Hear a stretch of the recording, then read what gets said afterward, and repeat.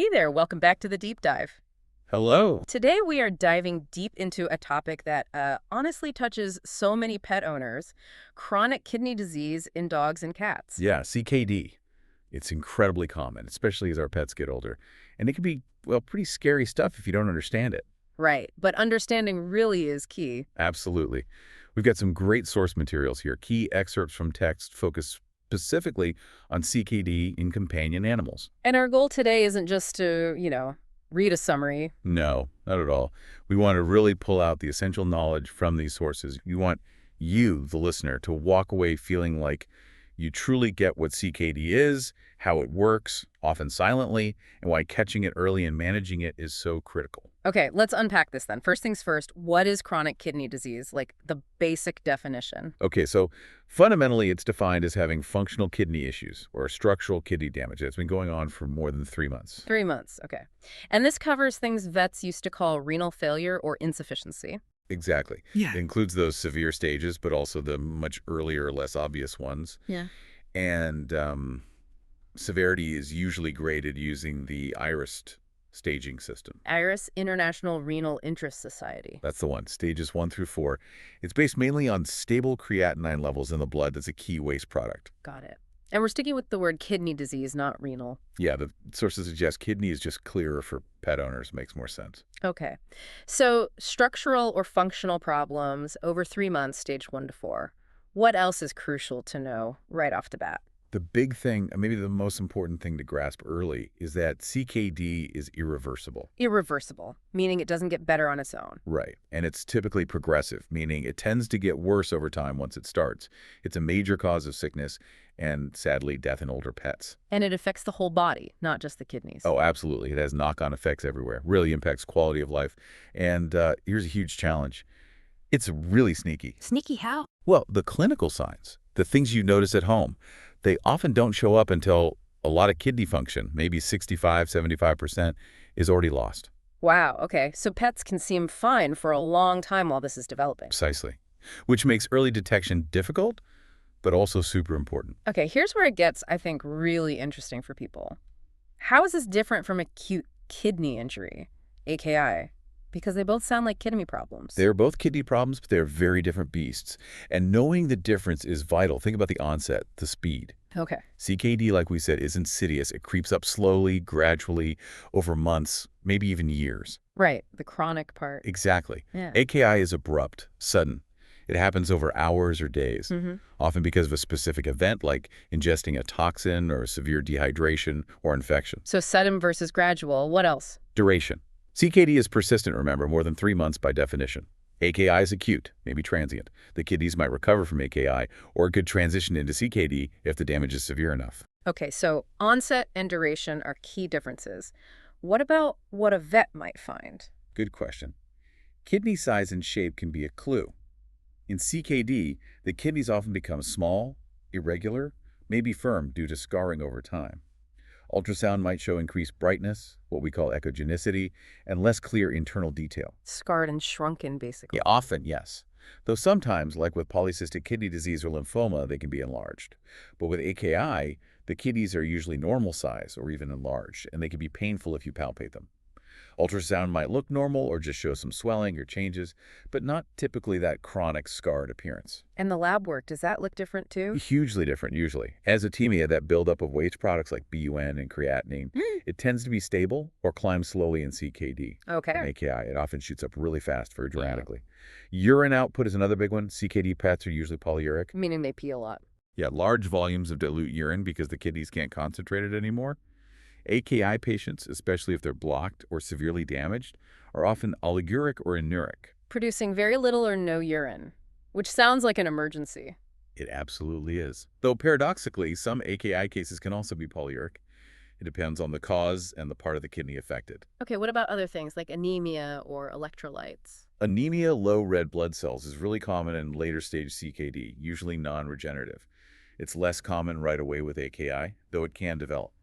Phosphorus levels often go up in both. High phosphorus. Yes, hyperphosphatemia. It's common and progressive in CKD.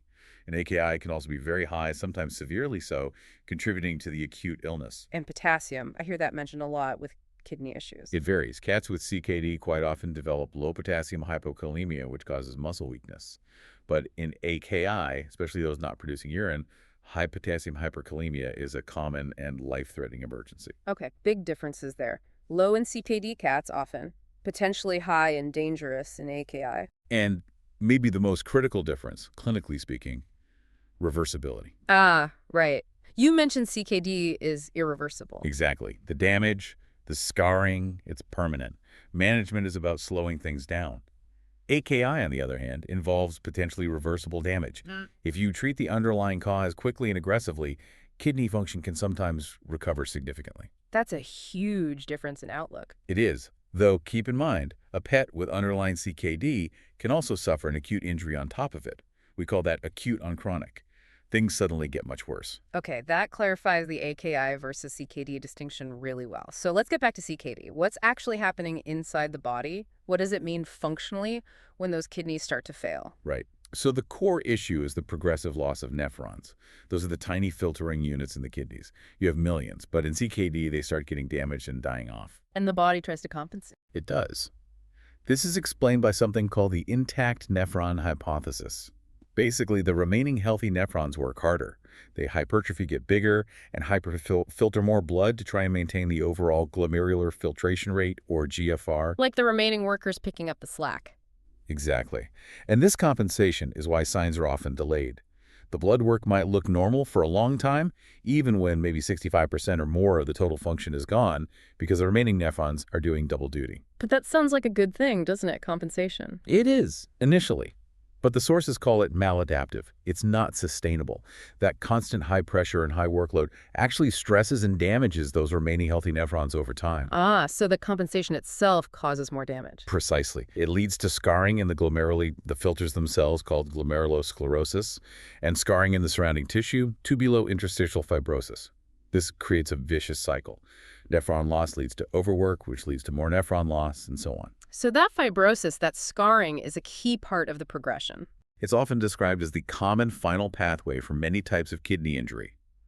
Chronic inflammation also plays a role, perpetuating the damage. And once enough nephrons are gone, the kidneys just can't keep up. Right.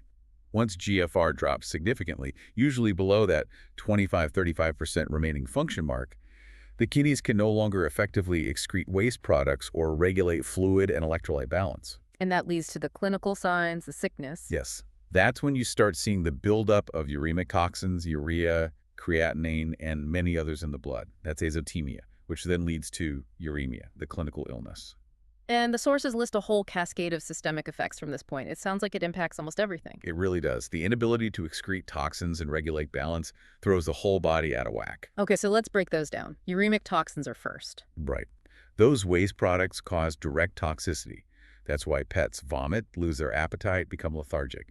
You can get nasty ulcers in the mouth, bad breath, uremic halitosis. In severe cases, it affects the brain, causing neurological signs like tremors or seizures. Grim. What about fluids and electrolytes? You mentioned the peeing. Yes, the polyuria and polydipsia, PUPD. That's the impaired concentrating ability. They lose too much water, leading to dehydration even if they drink a lot. And the electrolytes get messed up too. Big time. We already mentioned hyperphosphatemia, high phosphorus. The failing kidneys just can't get rid of it efficiently. This is a major problem. Why is high phosphorus so bad? It's a key driver of renal secondary hyperparathyroidism, RSHP. Okay, what's that? Well, high phosphorus, along with the kidney's reduced ability to activate vitamin D, tricks the body into thinking calcium is low.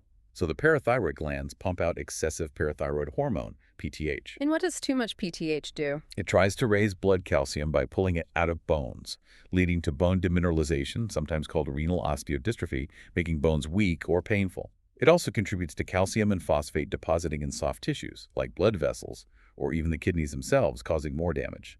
It makes the pet feel sick. Controlling phosphorus is key to controlling RSHP. Wow, okay, so high phosphorus is really central. What other imbalances? Potassium, as we discussed, often low in cats, causing weakness, sometimes high. And metabolic acidosis, blood becomes too acidic because the kidneys can't excrete acid properly. This also makes the pet feel unwell. And anemia. You mentioned that earlier. Yes, non-regenerative anemia is very common in moderate to advanced CKD. Failing kidneys don't produce enough erythropoietin, or EPO, the hormone that tells the bone marrow to make red blood cells. Plus, uremic toxins can shorten the lifespan of existing red cells and suppress the marrow. So multiple reasons for the anemia. Correct. And then there's systemic hypertension. High blood pressure. Very common and very damaging. It contributes to further kidney damage, especially the glomeruli. It can cause sudden blindness from retinal detachment or hemorrhage. It puts strain on the heart. Why does blood pressure go up with CKD? It's complex. Fluid retention plays a role. The renin-angiotensin-aldosterone system, RAAS, which regulates blood pressure, often gets overactivated. The sympathetic nervous system might be involved too. It's multifactorial. It really paints a picture of a whole body illness, doesn't it? The sources go through system by system. They do. Cardiovascular effects like hypertension, sometimes inflammation around the heart, endocrine issues like the RSHP and low EPO. Gastrointestinal signs are huge: the vomiting, nausea, mouth ulcers, sometimes diarrhea or bleeding. Hematologic, the anemia, musculoskeletal, the bone issues, muscle wasting, neurologic seizures, tremors, ophthalmic, the retinal issues from hypertension, even skin problems sometimes. Yeah, it really underscores how vital healthy kidney function is for overall health. It touches nearly every system when it fails. So what actually causes this damage in the first place? You said the original trigger is often unknown by the time it's found. That's often true, unfortunately, because it's diagnosed late when the changes are chronic and non-specific. But we do know many potential underlying causes. They fall into a few categories. Okay, like what? Well, there are familial and congenital causes, things pets are born with or genetically predisposed to. Such as? Things like renal dysplasia, where the kidneys don't develop properly, seen in breeds like Shih Tzus, Lhasa Apsos, Golden Retrievers. Polycystic kidney disease, PKD, is a big one, especially in Persian cats, but also seen in Blue Terriers. Here, cysts gradually replace normal kidney tissue. Like fluid-filled sacs. Exactly. Then there are inherited glomerular diseases, problems with the filters like in Samoyeds or Cocker Spaniels, and amyloidosis, where abnormal protein deposits damage the kidneys, seen in Abyssinians and Sharpies. So genetics can play a big role for some. What about causes that pets develop later in life? Acquired causes. Right. Glomerular diseases are a major category here too, but acquired ones. Often immune-mediated glomerulonephritis. Immune-mediated, like the body attacking itself. Sort of. It's often secondary to chronic inflammation or infection elsewhere. Think chronic dental disease, skin infections, vector-borne diseases like Lyme or Ehrlichia, even pyometra or cancer. The immune complexes deposit in the glomeruli and cause damage. This often leads to significant proteinuria, protein loss in the urine. And proteinuria itself damages the kidneys further, right? Yes. It's another one of those vicious cycles. Then there are diseases primarily affecting the tubules and interstitium, the guts of the kidney. Like infections. Chronic bacterial infection, pyelonephritis, often ascending from a lower urinary tract infection, is a big one. Also, chronic interstitial nephritis, which is often a sort of non-specific end-stage finding, but can result from toxins, past infections like leptospirosis, or unknown causes. What about blockages? Yes, chronic obstruction, kidney stones, ureteral strictures, tumors blocking urine outflow. This causes back pressure, called hydronephrosis, which damages the kidney over time. And cancer itself. Kidney tumors like lymphoma, which is common in cats, or other cancers spread into the kidneys, can certainly cause CKD. Are there other contributing factors? Definitely. Just the process of aging likely involves some wear and tear. Systemic hypertension, as we discussed, can be both a cause and a consequence. Persistently high blood calcium hypercalcemia can damage kidney tubules. Even things like chronic pancreatitis have been implicated. It's often multifactorial. Okay, so lots of potential triggers. Who is most at risk? What does the typical signalment look like? Well, incidence numbers from the sources suggest something like 9 cases per 1,000 dogs and 16 per 1,000 cats examined developed CKD. But the key thing is age. It increases dramatically with age. Hugely. For pets over 15, the prevalence jumps way up, maybe 57 per 1,000 dogs and a massive 153 per 30,000 cats. Wow, so it's really common in senior and geriatric pets, especially cats. Extremely common. The mean age at diagnosis is around 7 years in dogs and 9 years in cats. But again, congenital forms can affect very young animals. Any sex predisposition. Doesn't seem to be a major factor overall. Breed predispositions really link back to those genetic causes we mentioned: Persians with PKD, Samoyeds with glomerulopathy, etc. You mentioned signs often appear late. Can we recap what owners might notice from subtle to overt? Absolutely. And remember, stages 1 and 2 are often asymptomatic. The PET seems fine. Signs typically emerge in stage 3 or 4 or during an acute crisis. So what might an owner report? History findings. The classic is increased thirst and urination, PUPD. Maybe noticing the water bowl is always empty, or the litter box is soaked, or needing more trips outside. Though sometimes cats are subtle about this. What else? Gradual, maybe picky, loss of appetite, anorexia, weight loss, even if they seem to be eating okay, lethargy, sleeping more, less playful, maybe occasional vomiting. Some owners notice needing to take the dog out at night, nocturia. Constipation can happen, or sometimes diarrhea. Any really sudden signs? Acute blindness from hypertensive retinopathy, that's a dramatic one. Seizures or coma can occur very late stage. Cats specifically might drool excessively at tyolism or show that neck ventriflexion, head hanging low from potassium depletion. And what might the vet find on the physical exam? They'll assess hydration, often finding dehydration. Look for poor body condition, muscle wasting cachexia. Pale gums suggest anemia. They'll carefully check the mouth for ulcers or that uremic breath odor, feeling the kidneys, are they small and irregular, or maybe large, listening to the heart. And critically, measuring blood pressure, checking the eyes for hypertensive changes, sometimes feeling for constipation or noticing reduced body temperature. Okay, so history and physical exam provide clues. How is it definitively diagnosed? It's really a combination approach. History and physical findings raise suspicion. Then comes the laboratory diagnostics. Blood work and urine tests. Exactly. A complete blood count, CBC, might show that non-regenerative anemia, especially in later stages. The serum biochemistry panel is crucial. That's where BUN and creatinine come in. Yes. Elevated BUN and creatinine indicate azotemia. Remember, this usually only happens when about 65–75% of kidney function is already gone. Which brings us back to that earlier marker. Right. Symmetric dimethylarginine, SDMA. This is a really valuable tool. SDMA is a biomarker for kidney function that tends to increase much earlier than creatinine, maybe when only 25–40% of function is lost. So SDMA can help detect CKD in those seemingly asymptomatic stages 1 or early stage 2. Precisely.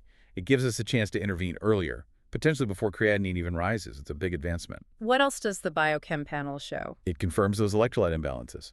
High phosphorus is key, potassium abnormalities, low or high, sometimes calcium changes, and evidence of metabolic acidosis. And the urinalysis, you said that was vital too. Absolutely critical. The key finding in an azotemic animal is inappropriately dilute urine, a low urine-specific gravity, or USG. Less than 1.030 in dogs, 1.035 in cats typically. Generally, yes. If the BUN and creatinine are high because the kidneys are failing, they should be concentrating urine maximally to save water.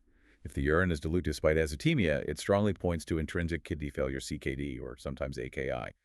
It helps rule out prerenal azotemia, which is just from dehydration with healthy kidneys. Makes sense. What else in the urinalysis? Looking for protein. Proteinuria is significant. We quantify with the urine protein. Creatinine ratio, the UPC. A high UPC indicates glomerular damage and is a negative prognostic indicator, meaning it suggests faster progression. So measuring UPC is important for staging and prognosis. Essential. Also, examining the urine sediment, usually it's fairly inactive or bland in CKD, but signs of infection might prompt a urine culture. What about imaging?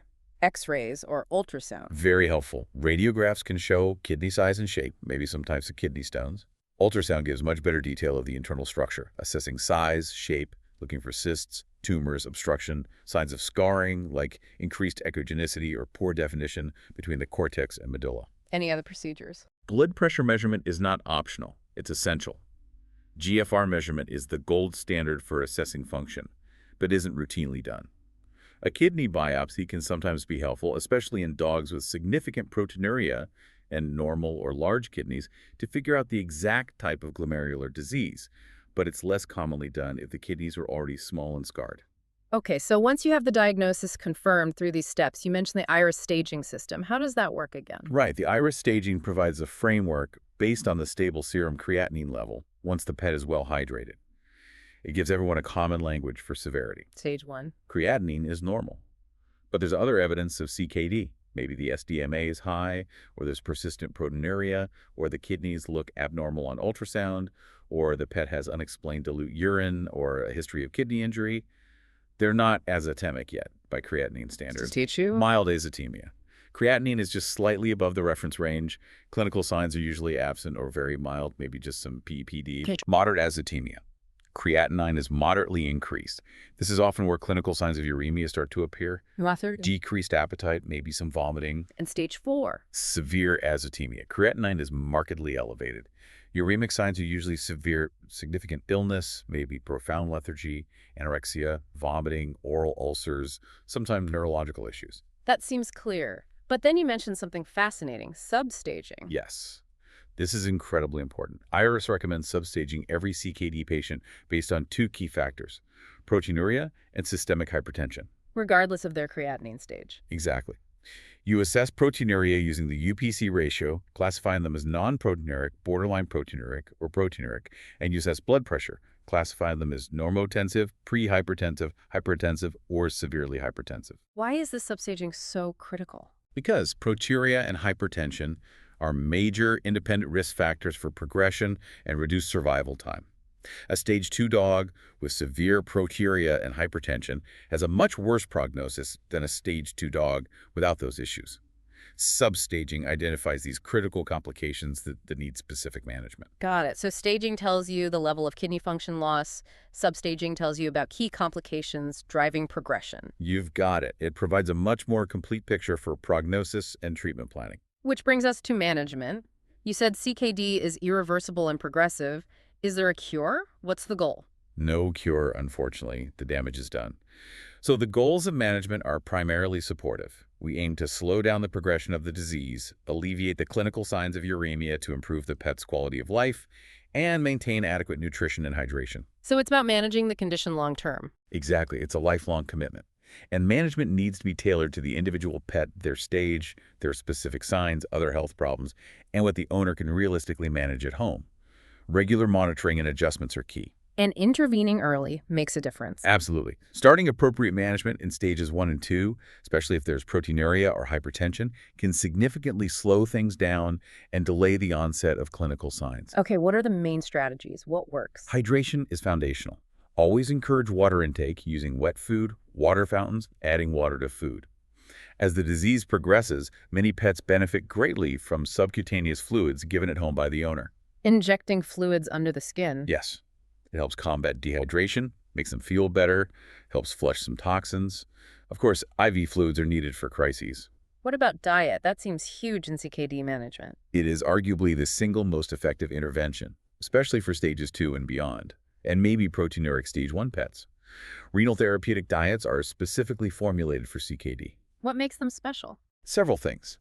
They have moderately reduced levels of high biological value protein, enough to meet needs, but less waste for the kidneys to handle.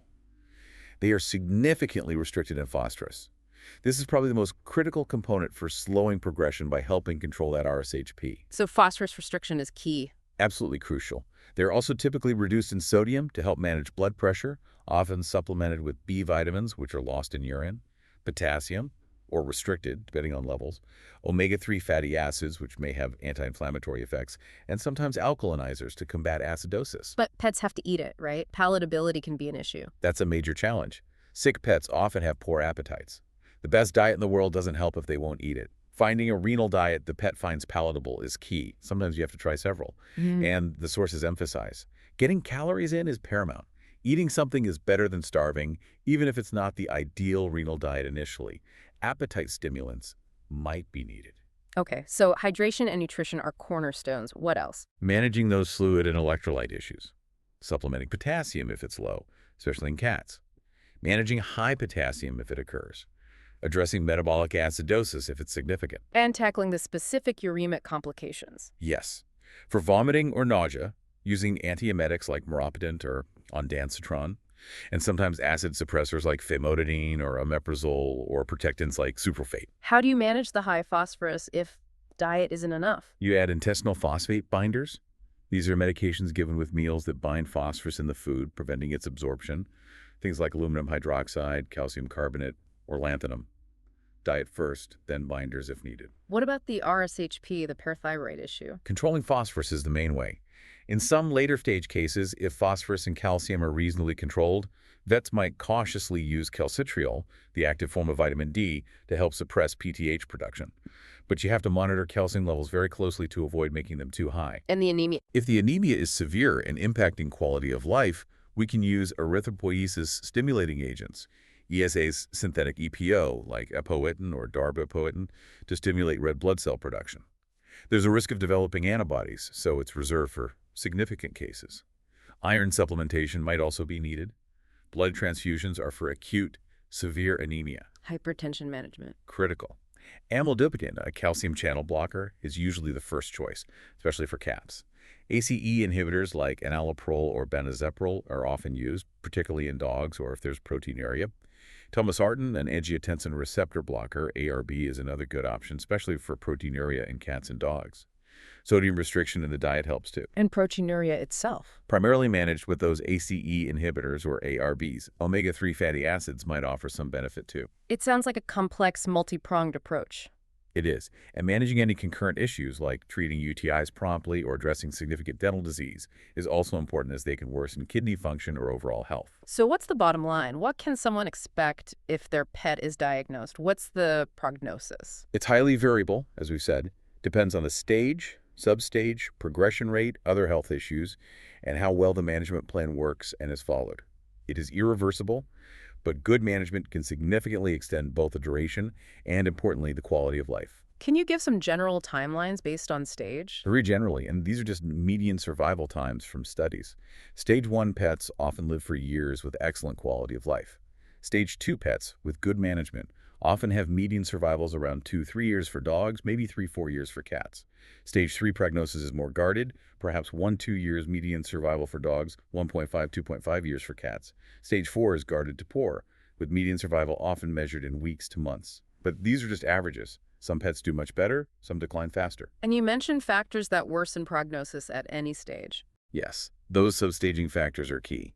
Significant proteinuria, uncontrolled hypertension. Also persistently high phosphorus, severe anemia, a rapid rate of progression, having other serious concurrent diseases, and poor owner compliance or ability to manage the condition. These all negatively impact the outlook. What are some of the scary things, the complications that can happen if CKD isn't managed well or progresses? Well, the pet can decompensate into a full-blown uremic crisis, needing intensive hospital care. Refractory vomiting and anorexia leading to severe malnutrition and wasting is common. Uncontrolled hyperphosphatemia and RSHP can cause tissue mineralization and significant bone pain or weakness. Severe anemia causes profound weakness. The hypertensive crisis you mentioned sounds terrifying. It is acute blindness, neurological signs like seizures or stroke or acute heart issues. If fluids are given inappropriately, especially if your output is low, you can get fluid overload. Recurrent UTIs can occur, progressive wasting, neurological decline from uremic toxins affecting the brain. Eventually, the disease leads to a poor quality of life where humane euthanasia becomes the kindest option. Okay, let's try to summarize the key takeaways here. All right, so chronic kidney disease is common, it's progressive, and sadly, it's irreversible in our dogs and cats. A major point is that clinical signs often appear quite late in the disease process. Exactly, which really underscores the need for early detection strategies, perhaps incorporating markers like SDMA into routine wellness screening, especially for older pets. And diagnosis requires a comprehensive approach history, exam, blood pressure, and those crucial lab tests, especially biochemistry with SDMA and creatinine, and a full urinalysis including USG and UPC ratio. Right. Then using the IRIS system to stage based on creatinine, and critically, substaging based on proteinuria and hypertension gives us the full picture. And while it's not curable, Proactive, individualized management makes a huge difference. Focusing on diet, hydration, and meticulously managing those common complications, the phosphorus, blood pressure, proteinuria, anemia, and nausea, can significantly extend lifespan and, more importantly, maintain a good quality of life for a considerable time. it's a lifelong journey requiring consistent monitoring, adjustments, and really good communication between the owner and the veterinary team. Absolutely. Partnership is key. Okay. Given how incredibly common CKD is, especially as our pets get older, and as you said, how late those obvious signs of sickness often appear, what really stands out to our about the importance of those routine vet visits? The ones that specifically include checking kidney health markers like biochemistry, SDMA, urinalysis, even when your pet seems perfectly healthy. Think about that until our next deep dive.